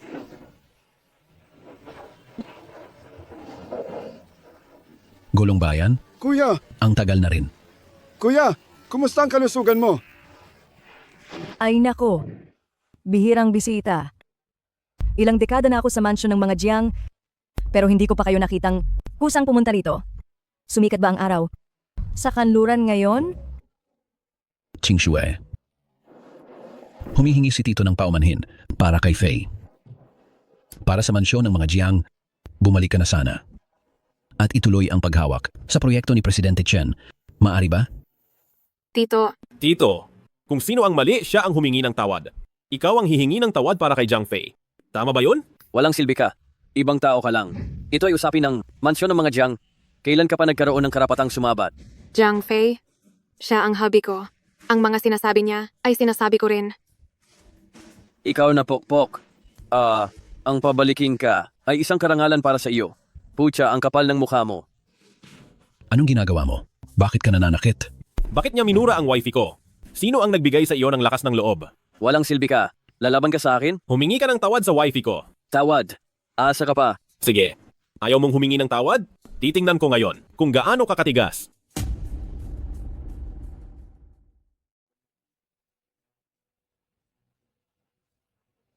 Humingi ka ng tawad. Maging praktikal ka. Pasensya na. Walang silbi. Humanda ka sa akin.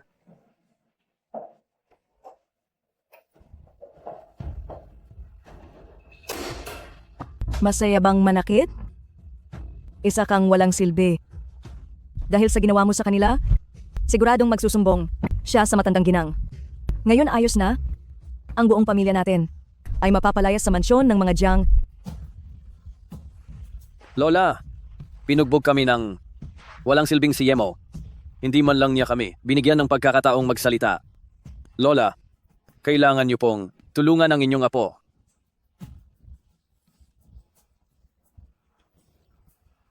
Yemo, Jiang Qingxue. Sinaktan niyo ako? Pucha, pagbabayaran niyo ito. Hindi kaya talaga siya magsusumbong? Hindi po, Mama. Huwag kayong mag-alala. Wala siyang lakas ng loob.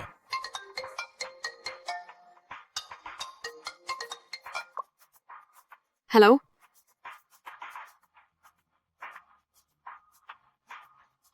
Sige po. Shue, sino ang tumatawag? Kay Lola po. Pinapapunta niya tayo bilang isang pamilya. Sa Hotel Lotus mamayang gabi. Tapos na tayo? Siguradong nagsumbong ang gunggong na iyon. Ngayon ayos na? Mapapalayas na tayong lahat sa mansyon ng mga Jiang. Walang silbi. Kasalanan mo ang lahat ng ito? Huwag po kayong mag-alala, Mama. Hanggang ngayon ba? Umaasa ka pa rin? Ngayong gabi, kapag napalayas tayo sa mansyon ng mga Jiang, hindi kita mapapatawad. Mama, tama na po. Maghanda na tayo at pumunta sa hotel.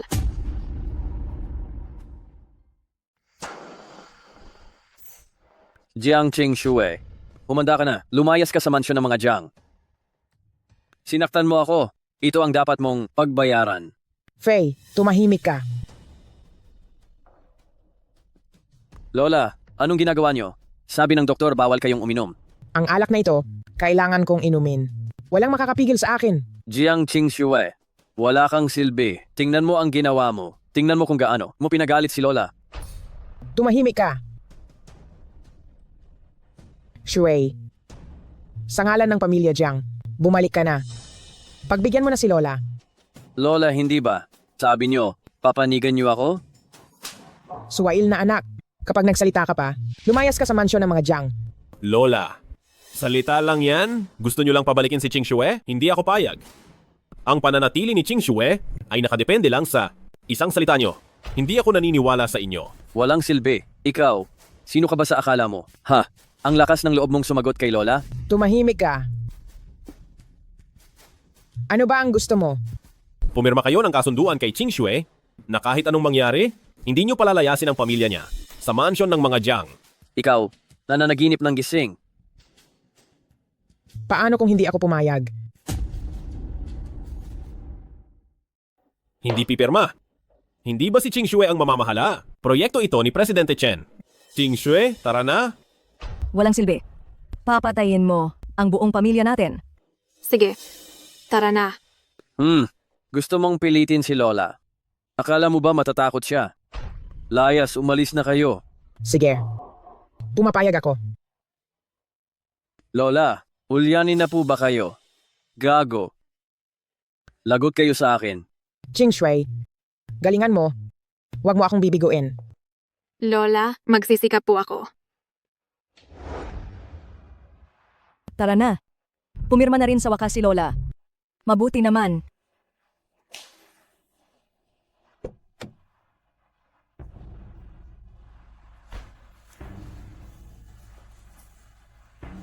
Nasa sasakyan ng Ginang, nais kanyang makita.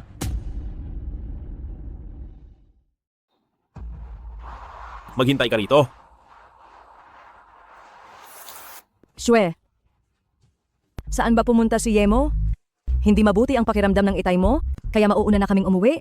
Sige, mauna na kayo.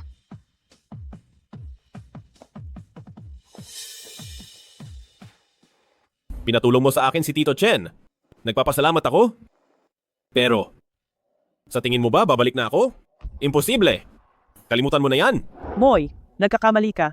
Gusto lang kitang makita at makausap ka. Alam na ni Mama na mali ako. Miss ako? Bigyan mo na lang ako ng pera. May iba pa ba? Kung wala, aalis na ako.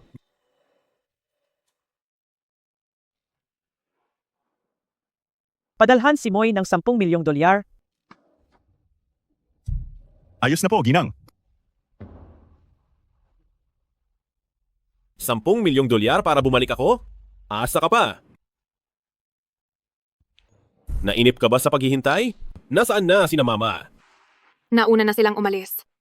At, ano nga pala yung ginang, anong kailangan niya sa'yo? Siya si Tito Chen, isang matandang kakilala. Alam niyang marunong ako mag-massage, kaya nagpamasahe lang siya. Ah, ganoon ba? Maaga pa naman, bakit hindi? Tayo mag-shopping? Sige. Ching Shui, sa mahabang panahon, wala pa akong naibibigay sa'yo na disenteng regalo. Ngayon ay may ibibigay ako sa'yo. Yemo, nagbago ka na. Bakit? Naging masama ba? Hindi. Nagbago ka at nagbibigay ng kapanatagan. Sige na, ihahanda ko ang sorpresa mo. Dito ka lang, huwag kang aalis ha. Ching Sue. Xiaojing, Iyon ba ang walang silbi mong hubby? Xiaojing, hobby ko siya. Respetuhin mo naman siya. Sige na, matagal na rin tayong hindi nagkita, mamasyal muna tayo. Hihintayin ko pa ang hobby ko. Mag-message ka na lang sa kanya. Tara na. Xiaojing, bakit mo ako dinala rito? Nako, may gustong makakita sa iyo at nakiusap siya sa akin. Ching Shui, anong pagkakataong ito? Narito na si Ekspertong Shu. Ching Shui, makinig ka sa akin, si Ekspertong Shu ay isa ng ospital na grade A na eksperto sa unang antas. Gwapo na siya, mayaman pa, at saka matagal ka na niyang mahal. Sa tingin ko ay dapat mo siyang pag-isipan ng mabuti. Xiaojing, ang biro mong iyan ay hindi nakakatawa.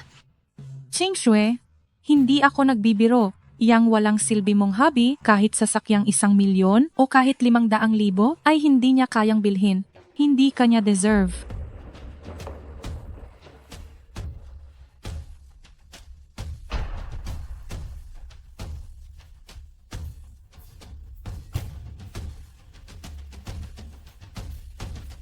Ching Shui, nagustuhan mo ba?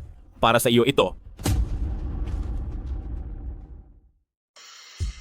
Ang kotseng ito, isang stay-in na manugang house husband. Mabibili mo ba to? Halatang arkila lang yan. Sigurado yan? Kung kaya niyang bumili, kakainin ko yan. Tama na yan. Hubby, tara na. Sandali. Gusto mong kainin ang kotse ko? Siguro ay wala kang karapatan. Ching Shui, gusto mo ba ang regalong ito? Heto. Tara, pauwi na tayo. Sa susunod, iwasan mo ang mga mapanglait na tao, baka mahawa ka sa kanila. Tara. Yemo, saan ka kumuha ng pera pambili? Nakalimutan mo ba? Kanina sa hotel, pinamasahe ako ni Tito Chen sa matandang yon. Natuwa ang matanda, kaya binigay niya ang kotse. Masyado itong mahal o kaya isauli mo na lang sa kanya. Sinabi ko na yan, pero nung narinig niya, na ayaw ko. Nagalit siya? Sabi niya kapag di ko tinanggap, hindi siya mapakali. Uy, tingnan mo. Sila yon, di ba? Uy! Wifey! Tara! Makinig ka sa akin. Tara na. Ang kotseng yan, halatang bago lang. Ang batang ito, may pera pambili ng kotse, pero walang pampagamot kay Papa. Lagot siya sa akin mamaya? Hindi mo pa alam ang totoo. Baka hindi naman binili ang kotse. Mama, nandito na kami. Shue. Anong meron sa kotseng yan? Bago ba yan? Ay naku, bata ka. Ilang araw pa lang mula nang makuha mo ang proyekto, naglakas loob ka ng gamitin ang pera ng kumpanya ng grupo para bumili ng ganoon kagandang kotse. Hindi ba't naghahanap ka lang ng gulo? Sinipa ba ng asno ang utak mo? Mama, hindi ko binili ang kotseng iyon. Si Yemo ang bumili niyan. Siya, makakabili ng kotse? Isusumpa ko ang pangalan ko. Ilang taon ka nang walang trabaho? Pati na ang panloob mo? Ay ang anak ko pa ang bumibili para sa'yo. Ibinigay ba iyon ni Tito Chen? Aba, ikaw na walang utang na loob. Nang makuha ang pera, hindi mo ginamit panggamot sa papa mo? At walang sabi-sabi? Bumili ka agad ng bagong kotse. Mama, hindi po. Ang kotse natin sa bahay ay malapit na ring masira. Ginawa lang ito ni Yemo para sa kapakanan ko. At saka, hindi siya gumastos ng pera. Ikaw na bata ka. Akala mo ba ay ulyanin na ang nanay mo? Kung hindi iyon binili, ibinigay lang ba iyon sa iyo? Bukas na bukas, ibenta mo ang kotseng iyon para sa akin.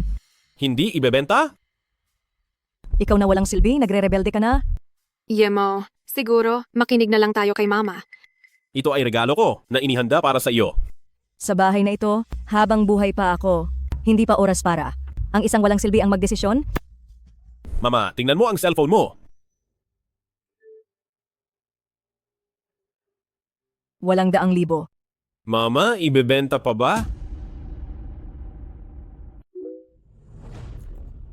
800,000. 800,000. Lagi kong iniisip ang sakit ni Itay. Kaya ko siyang pagalingin, pero kailangan ng oras. Ang perang ito ay hiniram ko kay Tito Chen.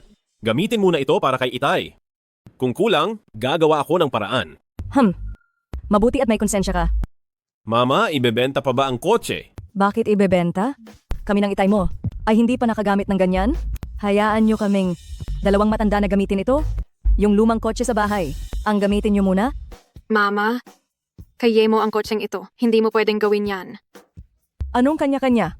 Sa kanya ay sa atin na rin. Akin na ang susi.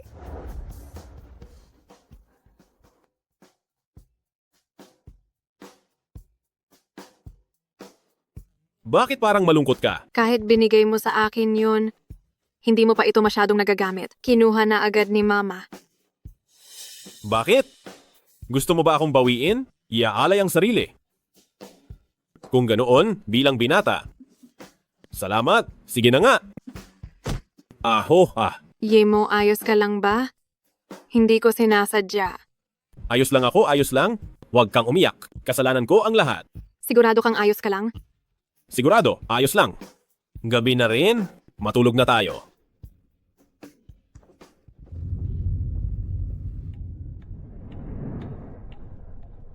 Imposible. Kalimutan mo na yan.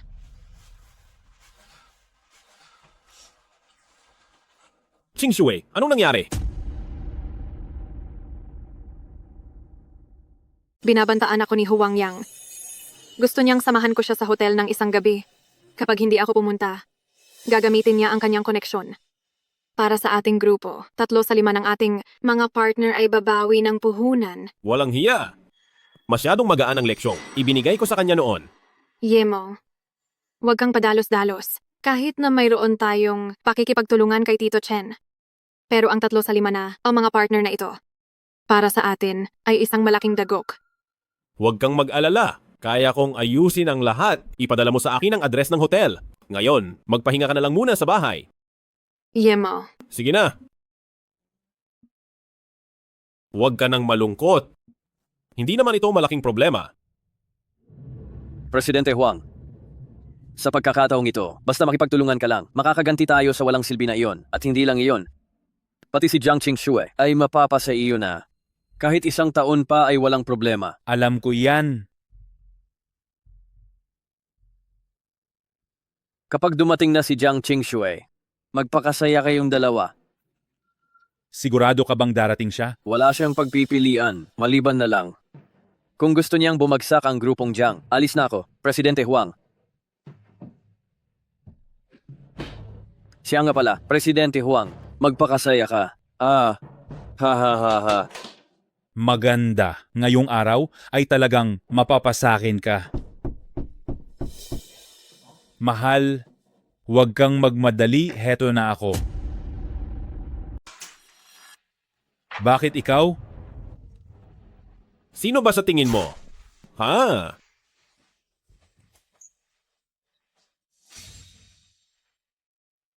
Masyado kang malandi ah. Ikaw na walang silbi sinaktan mo ako. Alam mo ba kung gaano kalala ang ginawa mo? Anong malala? Sabihin mo. Kung matalino ka, papuntahin mo rito ang wifey mo. Ikaw na walang silbi, lumuhod ka. Sa ganoong paraan, baka mapatawad ko pa ang mansyon ng mga Jiang.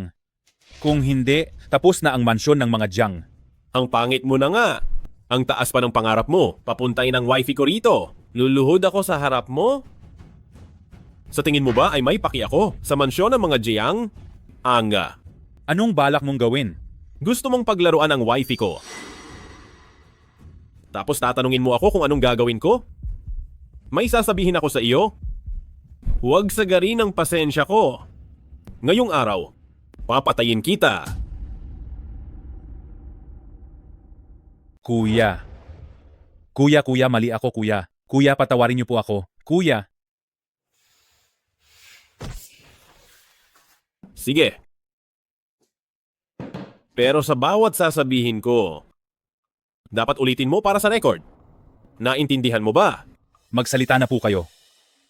Ako si Huang Yang, bulag sa pagnanasa. Walang konsensya. Pinilit ang grupong Jiang na bawiin ang lahat ng puhunan para lang pilitin si Jiang Qingxue na sumama sa akin. Magsalita ka. Ako si Huang Yang, masahol pa sa hayop, bulag sa pagnanasa, walang konsensya. Pinilit ang grupong Jiang na bawiin ang lahat ng puhunan at pinilit si Jiang Qingxue na sumama sa akin. Tandaan mo, sa susunod na pagkakataon, pagsisihan mong nabuhay ka pa. Tinatakot mo ako? Akala mo ba dahil sa video, palalampasin ko kayo? Asa ka pa. Yemo, saan ka galing? Maupo ka muna. Anong nangyari? Ang nangyari. Jiang Fei, I-loudspeaker mo? Jiang Qingxue, wala kang kwenta. Inimbitahan ka ni Presidente Huang, pero hindi ka pumunta. Sa halip hinayaan mo ang walang silbi na iyon. Nabugbugin na naman si Presidente Huang. Gusto mo bang mapahamak ang mansyon ng mga Jiang? ako. Anong ako? Pinatigil na ni Presidente Huang ang 3 sa 5 na mga kasosyo sa pakikipagtulungan sa atin. Naghihintay si Lola sa tabi at kailangan mo siyang harapin. Ikausap mo sa akin si Lola. Walang silbi. Susunod ka lang dahil sinabi ni Lola. Sino ka ba sa akala mo? Sabi ko ibigay mo kay Lola ang telepono. I-loudspeaker mo, ako ang kakausap. Jiang Qingxue, kailangan mo itong ipaliwanag sa akin. Sabihin mo kay Lola, maayos ito ngayong gabi. Bakit ka na naman nanakit? Anong ibig mong sabihing maayos? Paano ba kita paniniwalaan? Qingxue, magtiwala ka sa akin? Nagsinungaling ba ako sa iyo kailanman?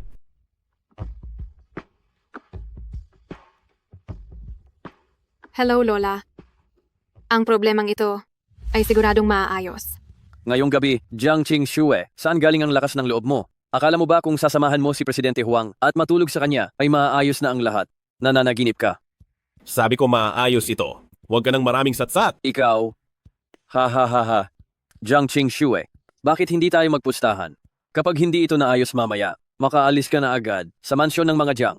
Pero kung magawa mo, ibibigay ko ang posisyon ng tagapagmana ng pamilya Jiang. Usapan na iyan. Nandito lang si Lola sa tabi. Kapag binawi mo ang sinabi mo, hindi kita mapapatawad.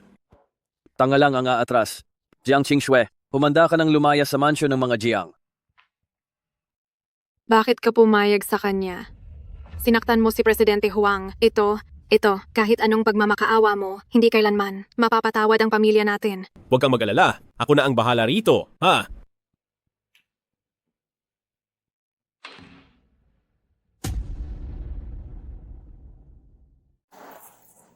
Tito Chen, Senyorito, saan po kayo pupunta? hahanapin ko nga sana kayo.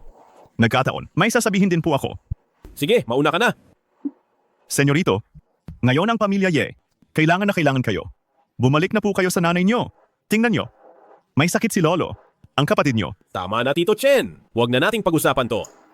Senyorito, sa tingin ko, Tito Chen, mas mahalaga ang pakay ko. Binabantaan ni Huang Yang ang wifey ko. Kung tutulungan niyo ako, Sumama kayo sa akin.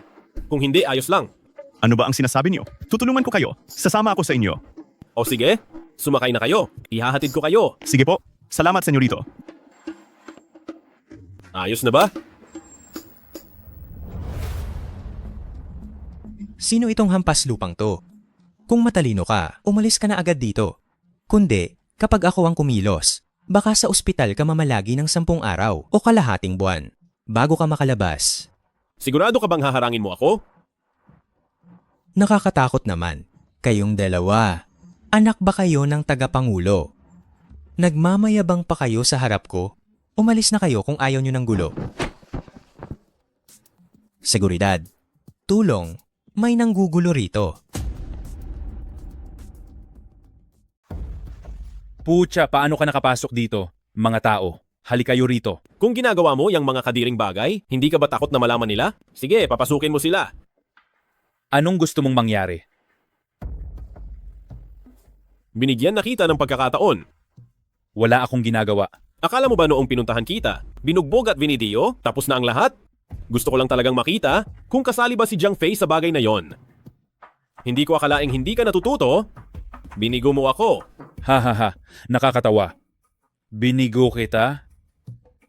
Akala mo ba? Dahil kinakampihan ka ni Chen Ping, maililigtas mo na ang mansyon ng mga Jiang? Iba ang hari sa sariling lugar? Hindi mo alam? Ha. Simulan na. Tingnan natin ang batang ito, kung gaano siya katigas. Sugod. Ha. Pinatatawan niyo ba ako? Bibilhin ang mga negosyo ko at sasabihan ang mga partner ko na itigil ang pakikipagtulungan sa amin? Chen Ping. Chen ang apelyido mo, hindi Zhong Jiaoye.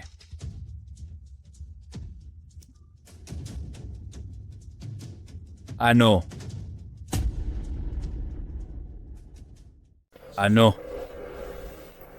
Lahat ng kontrata ng kumpanya ay naputol na. Isinugod si Lolo sa ospital dahil sa galit. Ikaw? Paano ito nangyari? Kung si Chen Ping lang siya, hindi niya ito magagawa. Miyembro siya ng pamilya Ye ng Zhongzhou. At ako naman, ako ang nag-iisa na tagapagmana ng pamilya Ye. Ikaw ang mula sa pamilya Ye na nag-iisang tagapagmana? Hindi ito maaari. Ikaw, isa ka lang nakikitirang manugang. Senyorito Ye, Senyorito Ye, Senyorito Ye, hindi ko naguguluhin si Jiang Qingxue o ang mansyon ng mga Jiang. Ikaw, patawarin mo na ako. Maawa ka sa pamilya namin.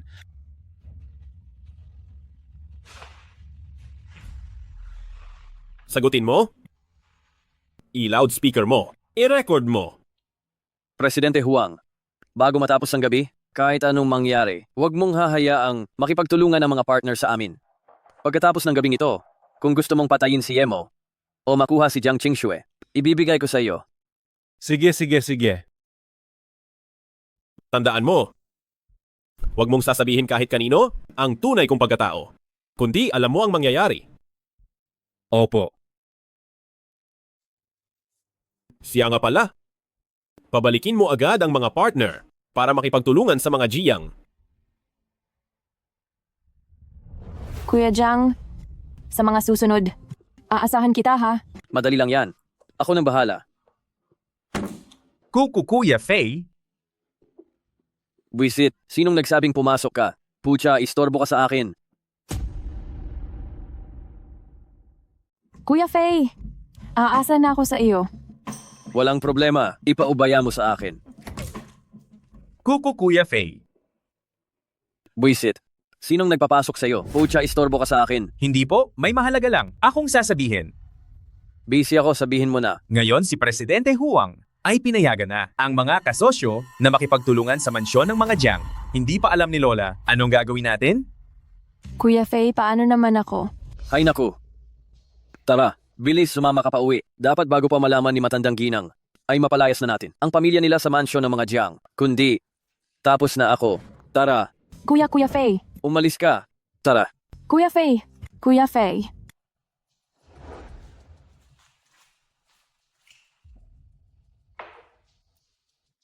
Lola.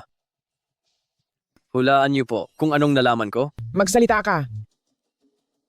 Si Jiang Qingxue ay bumili ng kotseng nagkakahalaga ng $2 milyong. Alam naman nating lahat ang sitwasyon nila.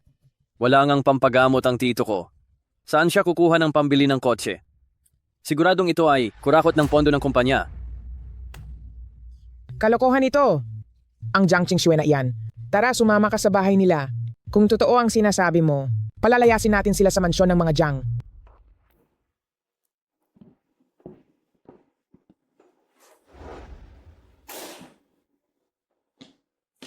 Lola, bakit hindi niyo sinabing darating kayo? Nasa ospital po ang mga magulang ko. Nandito ako para sa iyo. Pinamahala ka sa departamento ng negosyo. Ilang araw pa lang, ang dami mo nang ginawang gulo. Binastos ang mga kliyente, magnanakaw sa loob, at kurakot ng pondo pambili ng kotse. May respeto ka pa ba sa akin? Lola, hindi ko po ginawa iyon. Hindi, Jiang Qingxue. Akala mo ba ay tanga kami? Pagpasok pa lang namin, may mamahaling kotse sa labas. Sinungaling ka talaga. Sino ang sinungaling dito?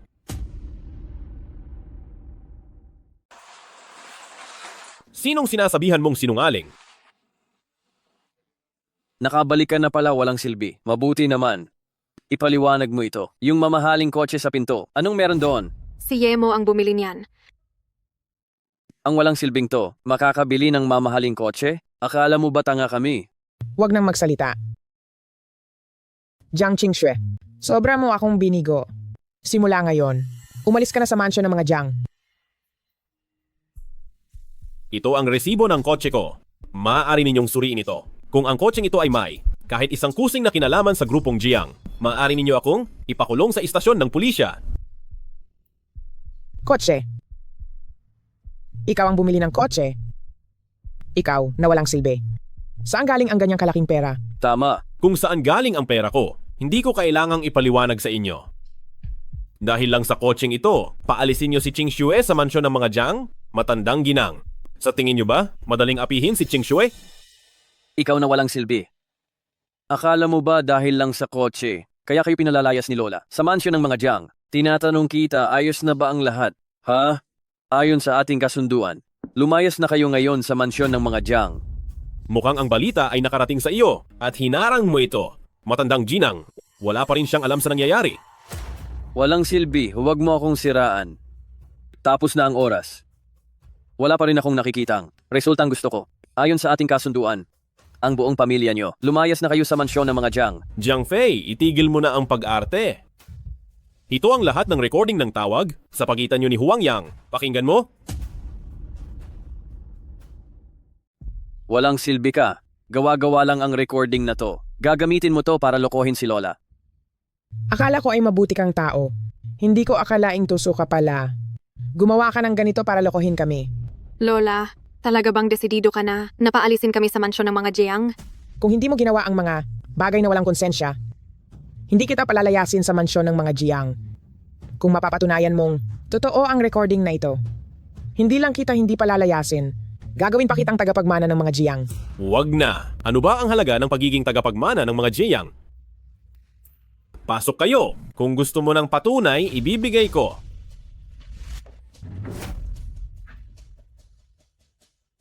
Matandang ginang, ang lahat ay pakana ni Jiang Fei. Siya yon, natatakot siyang makuha ni Jiang Qingxue ang posisyon ng tagapagmana, kaya pinilit niya akong takutin siya at pinilit din akong sipingan siya para mapalaya siya sa mansyon ng mga Jiang. Hayop ka. Manahimik ka. Ikaw. Nagkamali ako. Ginawa ko lang ang lahat ng ito para sa mansyon ng mga Jiang. Huwag mo akong palayasin, Lola. Wifey, patawad. May itinago ako sa iyo. Ngayon ay masasabi ko na, ako ang sa pamilya yan ng Zhongzhou na nag-iisang tagapagmana. Ano? Ikaw ang sa pamilya yan ng Zhongzhou na nag-iisang tagapagmana? Opo. Ang senyorito ang sa pamilya yan ng Zhongzhou na nag-iisang tagapagmana. Ano, ikaw na walang silbi? Ikaw ang sa pamilya yan ng Zhongzhou, nag-iisang tagapagmana? Kung ganoon ako na ang presidente ng bansa ng Qing. Gago, tumahimik ka. Shui, patawarin mo si Lola ngayon. Mapupunta na sa iyo ang mansyon ng mga Jiang. Matanda na si Lola. Alang-alang sa pagpanaw ni Lolo. Patawarin mo na si Lola. Lola, Lola, na nawawala ka na sa sarili. Ikaw na suwail na anak. Agawan sa kapangyarihan. Ipinamimigay ang kamag-anak. At tumutulong pa sa ibang tao para sirain ang grupo. Ikaw na masahol pa sa hayop. Mula ngayon, ang pamilya nyo, lumayas kayo sa mansyon ng mga Jiang. Lola, nagkamali po ako, Lola. Shuey, gusto mo bang lumuhod pa si Lola para magmakaawa sa iyo? Lola, papayag na po ako. Papayag na ako. Senyorito, may nangyaring masama sa ginang. Gusto kanyang makita sa huling pagkikita. Ching Shue, may nangyari sa aking mama. Sumama ka sa akin pa uwi para makita siya. Tara.